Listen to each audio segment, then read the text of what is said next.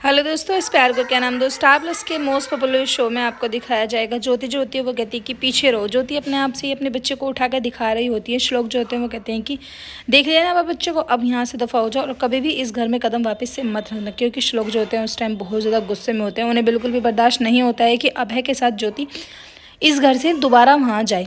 अभय का वो धक्का मार के घर से बाहर निकाल देते हैं। अभय की जो बुआ होती हैं वो भी हाथ जोड़ के सबसे माफ़ी मांग के वहाँ से चली जाती है। निरंजन जो होते हैं वो वहीं पर खड़े रहते हैं। श्लोक जो होते हैं वो कहते हैं कि बाबा आपने सोच भी कैसे लिया कि दोबारा उस घर में हमारी बहन वापस जाएगी। और वो आस्था से कहते हैं कि जाओ तुम ज्योति ताई को लेकर उसके रूम में चले जाओ। आस्था जो होती हैं वो ज्योति को लेकर उसके रूम में चली जाती हैं। ज्योति का रो के बुरा हाल हो रहा होता है। उन्हें समझ नहीं आता है कि आखिर उनके साथ ये सब क्या हो रहा है। उनकी माँ जो होती हैं वो भी छुप छुप के देख रही होती हैं। आस्था जो होती हैं वो उन्हें समझाने की कोशिश करते हैं, लेकिन वो कहती हैं कि नहीं, जब तक मिसेस अग्निहोत्री इस घर में, जब तक कुछ भी ठीक नहीं हो सकता है। क्योंकि वो इस घर को तहस नहस करना चाहती हैं कि वो इस घर का नाश हो जाए। अपने सामने ही वो सब कुछ सबका बुरा होता हुआ देखना चाहती है। मिसेस अग्निहोत्री यानी अंजलि जो होती है बेचारी दूर खड़े हुए देख रही होती हैं। समझ नहीं आता उन्हें भी आखिर वो करें तो करें क्या। आस्था उन्हें पूरी समझाने की कोशिश करती हैं, लेकिन उस टाइम पे किसी की कोई बात समझ में नहीं आती है। उधर आप देखेंगे श्लोक और वरद जो होते हैं वो दोनों आपस में बात कर रहे होते हैं। कहते हैं कि बाबा भोले हैं और अभय जो है बाबा का फ़ायदा उठाना चाहता है, क्योंकि वो चाहता है कि ज्योति ताई उनके साथ चली जाए। लेकिन हम ऐसा नहीं होने देंगे किसी भी कीमत पर।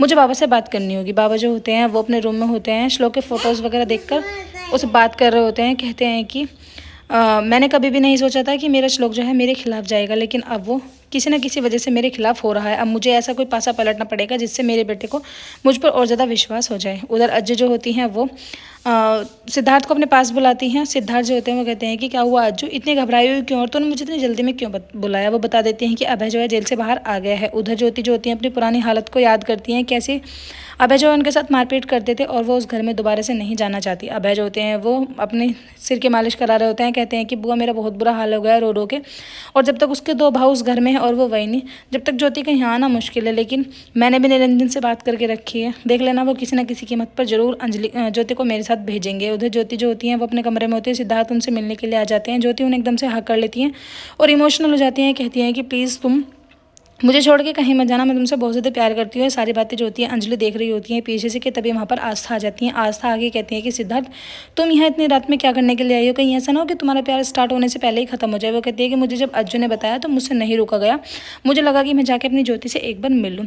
और आस्था तुम तो जानती हो ना फिर आखिर अभय जेल से बाहर कैसे आया। तभी वो अपनी माँ को बुरा भला कहने लगती हैं। कहती हैं कि मिसेस अग्निहोत्री ने मुझसे धोखे से उस पेपर्स पर साइन करा लेते, जिसके कारण अभय जो है फिर से मेरी ज़िंदगी में वापस आना चाहता है। मैं नहीं चाहती कि वो अब मेरी ज़िंदगी में, मेरे बच्चों की ज़िंदगी में बिल्कुल भी वापस आए।